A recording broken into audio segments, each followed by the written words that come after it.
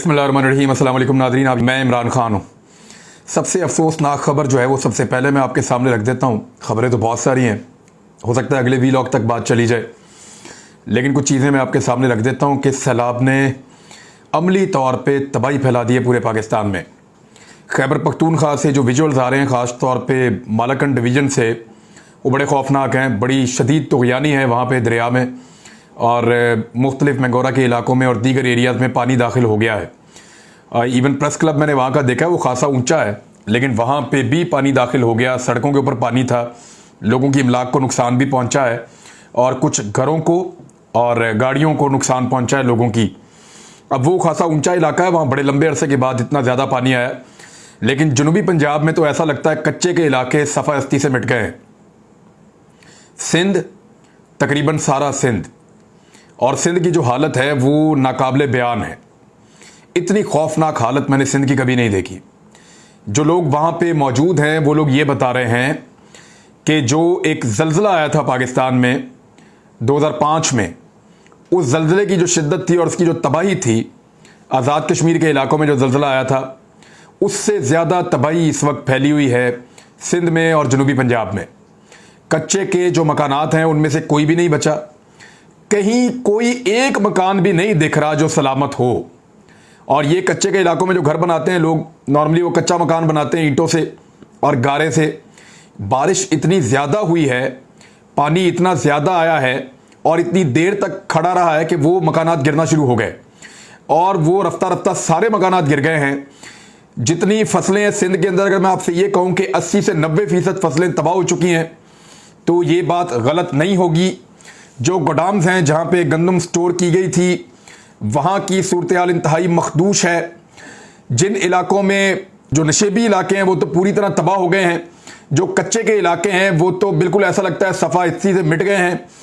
और राजनपुर के इलाकों में, गाजी खान के इलाकों में और दीगर जो एरिया था जनूबी पंजाब के, वहाँ बहुत बुरी सूरत हाल है। सैलाब के बाद लाखों अफराद जो हैं वो बेघर हो चुके हैं। लाखों की तादाद में इस वक्त खैमे चाहिए। जितनी तंजीमें वहाँ पे काम कर रही हैं, मेरी आप सबसे गुजारिश है, पाकिस्तान के हुक्मरान इस काबिल नहीं है, पाकिस्तान की हुकूमतें इस काबिल नहीं हैं। मैं आपको फिर कह रहा हूँ कि सिंध हुकूमत तो इसमें भी ढूंढेगी कि कहाँ से दिहाड़ी लग सकती है, कहाँ से खैमे बनवाए जाएँ तो सस्ते बनेंगे और कहाँ से कमीशन ज़्यादा मिलेगा। और वो ये देखेंगे कि कितनी गंदम ज़ाया हुई है और कितनी गंदम क्लेम की जाएगी कि ज़ाया हो गई है। उन्होंने तो इन चीज़ों में भी सिंध के जो ब्यूरोक्रेसी है या इस तरह के लोग जो हैं वहाँ पे जो सिंध का निज़ाम चलाते हैं, वो यहाँ पे भी कोई ना कोई खांचा ढूंढ लेंगे, और पंजाब वाले भी ऐसा ही करेंगे। निस्बतन आम आदमी से इनका कुछ लेना देना नहीं होता। ये जो बाबू लोग होते हैं ना, या जो बड़े बड़े तगड़े सियासतदान हैं, सरदार हैं, जो चला रहे हैं इन इलाकों को, उनको आम आदमी से कोई सरोकार नहीं है, उसकी ज़िंदगी से कोई सरोकार नहीं है। लोगों के पास राशन नहीं है, लोगों के पास खैमे नहीं हैं, लोगों ने अपने घर खुद तामीर करने हैं, और दोबारा भी वो अपने घर खुद बनाएंगे। पहले भी उन्होंने अपने घर खुद बनाए थे। सरकार की इमदाद उन तक पहुंचती है नहीं पहुंचती, ये बहुत बाद की बातें हैं, लेकिन एक कुदरती आफत है और इन इलाकों को आफत ज़दा करार भी दे दिया गया है। और बहुत बड़ी तबाही है जो फैली है सिंध और पंजाब में। बलूचिस्तान में तो बहुत बुरी सूरत हाल है, लेकिन वो तमाम सरदार जो आपको बलूचिस्तान के लिए आवाज़ उठाते हुए नजर आएंगे अक्सर, और बलूचिस्तान को बेचते हुए नजर आएंगे अक्सर, बड़े बड़े नाम हैं उन सरदारों के, क्या मैं नाम लूं? वो एक हुकूमत में होते हैं, कभी दूसरी हुकूमत में होते हैं, बड़े बड़े सरदार हैं। उनमें से आपको कोई भी सैलाब ज़दगान की मदद करता हुआ दिखाई नहीं देगा। वो लोग या तो अपने आप को कोयटा में रखेंगे, या कराची में रखेंगे, या रखेंगे अपने आप को इस्लामाबाद में, या लाहौर के किसी पोश इलाके में, या दुबई में। ये सरदार कभी भी आम आदमी के साथ खड़े हुए आपको नजर नहीं आते। मैं ज़्यादातर की बात कर रहा हूँ, कुछ ऐसे भी हैं जो बहुत मदद करते हैं, कुछ ऐसे भी हैं जो आगे बढ़ते हैं, लेकिन ज़्यादातर की बात कर रहा हूँ कि उनके लिए बलूचिस्तान सिर्फ एक बेचने की चीज़ है, जिसको वो बेचते चले आ रहे हैं कई दहाइयों से, और कोई मदद के लिए नहीं आया। इसी तरह जो सिंध के वडेरे हैं, उन्होंने भी अवाम को बेयारो मददगार छोड़ दिया। जब अवाम डूब गई, बहुत बुरी सूरत हाल में चली गई, तो अब जाके उनको सिंध का ख्याल आया, क्योंकि इलेक्शन ईयर आ रहा है और इलेक्शन में वोट लेना है। दूसरी जानिब पंजाब में परवेज़ इलाही की हुकूमत है। परवेज़ इलाही ने अभी तक कोई ऐसे इकदाम नहीं उठाए जिनसे सैलाब ज़दगान की मदद हो सकी हो। इमरान खान साहब जो हैं वो जलसे उनके ख़त्म नहीं हो रहे। यानी इस तरह की सूरत हाल में जहां पे आपके हमवतन जो हैं वो डूब रहे हैं, जहां पे आपके हमवतन जो हैं वो तकलीफ में हैं, آپ کو زیب نہیں دیتا کہ آپ وہاں پہ اس وقت جلسے کر رہے ہوں. عمران خان صاحب کو چاہیے کہ اگر آپ کے پاس ایک بڑی لیڈرشپ آپ بن گئے ہیں, اللہ تعالیٰ نے آپ کے اوپر بڑا کرم اور فضل کیا ہے, اور اب آپ ایک پاکستان کے سب سے بڑے لیڈر کے طور پہ جانے جاتے ہیں, تو پھر آپ کی ذمہ داری بھی سب سے بڑی ہے. آگے بڑھیے اور سیلاب زدگان کی مدد کیجیے, کیونکہ حکومتوں میں اتنا بل نہیں ہے. آپ کے پاس جو ہے وہ اپنی تنظیم ہے باقاعدہ یوتھ کی, آپ کے پاس اپنے نوجوان ہیں, ان کو اس کام پر لگائیے اور جنوبی پنجاب میں اور سندھ میں سیلاب زدگان کی آگے بڑھ کے مدد کیجیے. لوگ آپ کو فنڈنگ دیتے ہیں, لوگ آپ کو اس کے لیے بھی فنڈز دیں گے, میں بھی فنڈ دینے کے لیے تیار ہوں, بہت سارے اور لوگ ہیں وہ بھی فنڈ دیں گے. اور جتنی تنظیمیں کام کر رہی ہیں, جو لوگ وہاں فیلڈ میں موجود ہیں, کچھ لوگ کراچی سے آئیے, کچھ تنظیمیں وہ کام کر رہی ہیں, حافظ سعید صاحب کے لوگ کام کر رہے ہیں, جماعت اسلامی کے لوگ کام کر رہے ہیں, دیگر تنظیموں کے لوگ کام کر رہے ہیں. تو ان تمام تنظیموں کو مدد دی جائے, ان تمام تنظیموں کو مخیر حضرات جو ہیں وہ خشک راشن پہنچائیں, ان کو فنڈنگ دیں, ان کو خیمے پہنچائیں, ان کی مدد کریں تاکہ وہ غریب انسانوں کی مدد کر سکیں. لوگ بہت بری صورتحال میں ہیں, کھلے آسمان کے نیچے پڑے ہوئے ہیں, پہاڑوں کے اوپر چڑھ کے بیٹھے ہوئے ہیں اور ایسے کیڑے مکوڑوں کی زندگی گزار رہے ہیں, کھانے پینے کے لیے ان کے پاس کچھ نہیں ہے. تو میری گزارش ہے تمام پاکستانیوں سے کہ وہ مدد کریں اپنے ہم وطنوں کی, اور خاص طور پہ عمران خان صاحب سے کہ وہ اپنی مصروف جو سیاست کا شیڈول ہے اس کو ذرا ترک کر دیں, اپنی سیاسی مصروفیات کو چھوڑ کے چند دنوں کے لیے سیلاب زدگان کی مدد کے لیے آگے بڑھیں اور ان کا ہاتھ بٹائیں. یہ عمران خان صاحب کو چاہیے.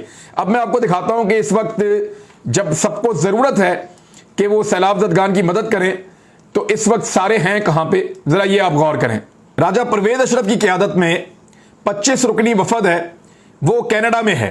یہ مزمل اسلم صاحب کا ٹویٹ ہے, وہاں سے میں آپ کو بتا رہا ہوں کہ راجہ پرویز اشرف صاحب کی قیادت میں جو سپیکر ہیں قومی اسمبلی کے, 25 رکنی وفد کینیڈا جا چکا ہے. وزیر اعظم پاکستان شہباز شریف کی قیادت میں 44 رکنی وفد جو ہے وہ قطر جا چکا ہے, اور مولانا صاحب ترکی جا چکے ہیں, حمزہ شہباز لندن جا چکے ہیں. تو ساری کی ساری حکومت تو نکل لی ہے. اور بقول ہارون الرشید صاحب کے بلاول بھٹو زرداری اس لیے یورپ کے دورے پر نہیں گئے کہ وہاں پہ کچھ وزرائے خارجہ نے ان سے ملنا تھا, کچھ اعلیٰ عہدیداران نے ان سے ملنا تھا, لیکن انہوں نے مصروفیات کی وجہ سے ملنے سے انکار کر دیا, اور اس کے بعد بلاول بھٹو زرداری دورے پر نہیں گئے. اب دورے پر تو نہیں گئے, اس سے پہلے بھی وہ دورے پہ ہی رہتے ہیں. بلاول بھٹو زرداری جب سے وزیر خارجہ بنے ہیں انہوں نے تو ایک ٹرپ شروع کیا ہوا تھا, اور وہ پوری دنیا ایسا لگتا تھا چکر لگا کے واپس آئیں گے. تو بلاول بھٹو زرداری اب جو ہیں وہ سندھ میں موجود ہیں, اور انہوں نے یہ کہا کہ ہم ان کی مدد کریں گے سیلاب زدگان کی. پہلے ہی دن جب وہ مدد کے لیے گئے تو ساتھ ہی انہوں نے تانے دینا شروع کر دیے پاکستان کے میڈیا کو. پاکستان پیپلز پارٹی کے لوگ پاکستان کے میڈیا کو ذمہ دار قرار دے رہے ہیں اس سیلابی صورتحال کے لیے, اور ان کا یہ کہنا ہے کہ میڈیا اسلام آباد اور بنی گالا اس کو دکھانا بند کرے اور سیلاب کو دکھائے. تو بات یہ ہے جگانا کس کو ہے؟ کیا پیپلز پارٹی یہ چاہتی ہے کہ میڈیا بلاول کو اور مراد علی شاہ کو جگائے اور انہیں یہ کہے کہ آپ سندھ کے اندر سیلاب زدگان کی مدد کریں؟ ہماری ضرورت کیوں ہے آپ کو جگانے کے لیے؟ آپ خود سے کیوں نہیں جاگتے؟ آپ خود سے مدد کیوں نہیں کرتے؟ تو فوری طور پہ تمام وسائل بروئے کار لائے جائیں اور اس وقت دکھی انسانیت کا ہاتھ تھاما جائے.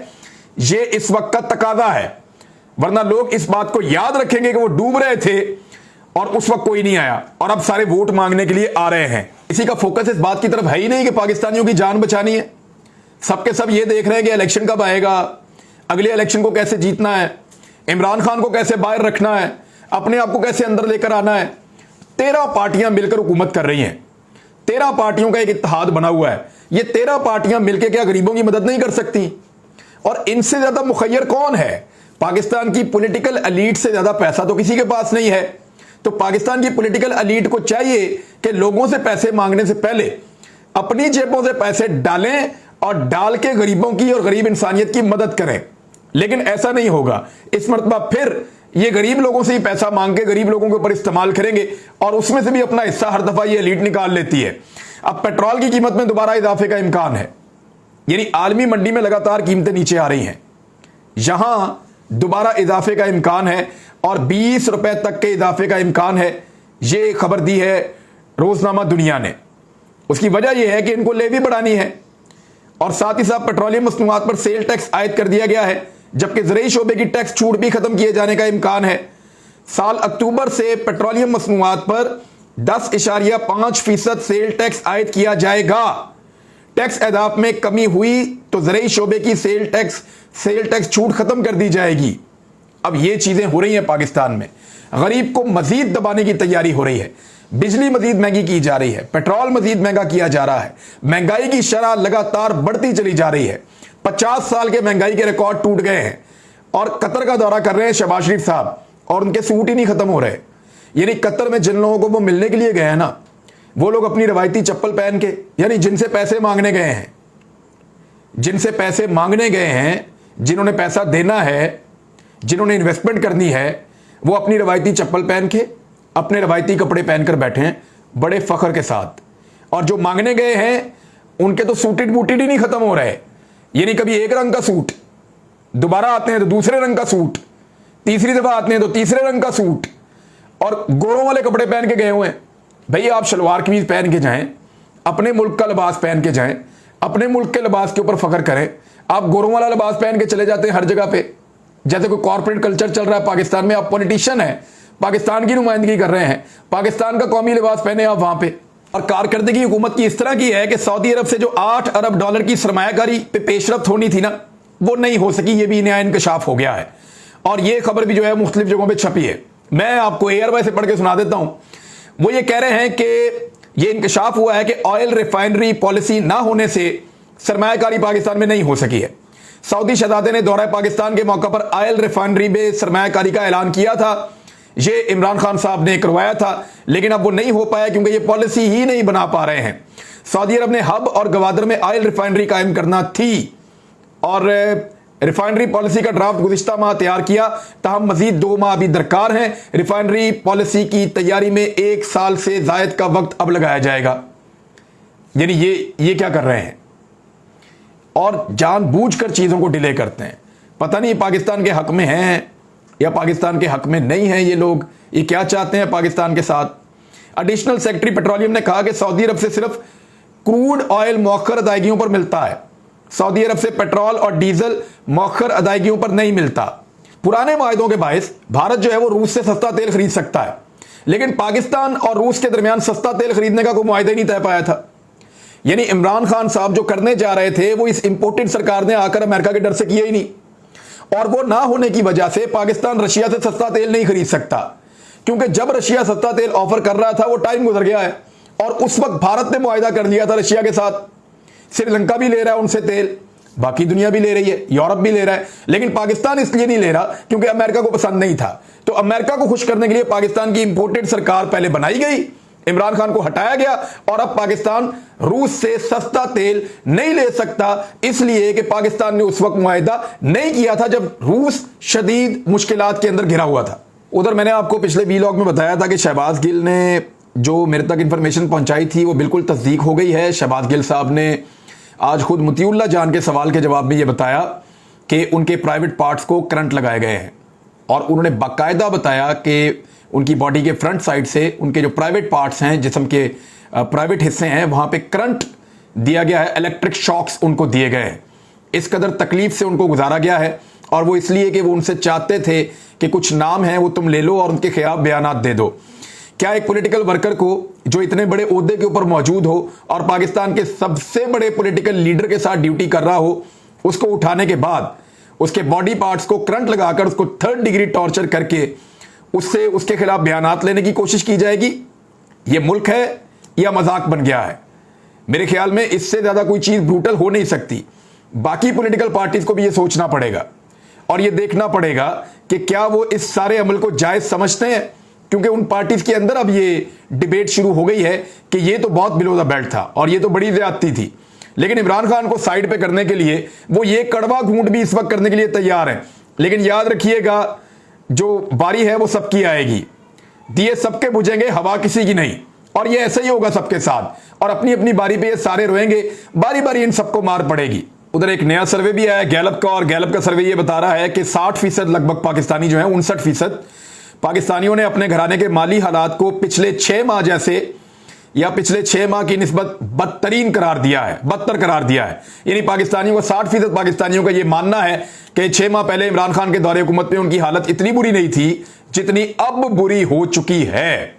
तो ये इंपोर्टेड सरकार पाकिस्तानियों के लिए इस तरह का अजाब बनकर मुसल्लत हुई है کہ نہ صرف تمام چیزیں مہنگی کر دی بلکہ عام آدمی کی پہنچ سے باہر کر دی اور مہنگائی کا سلسلہ روکنے کی بجائے ابھی اس کو مزید بڑھانے کا پلان ہے۔ لیکن کیا یہ سب کچھ ختم ہونے والا ہے؟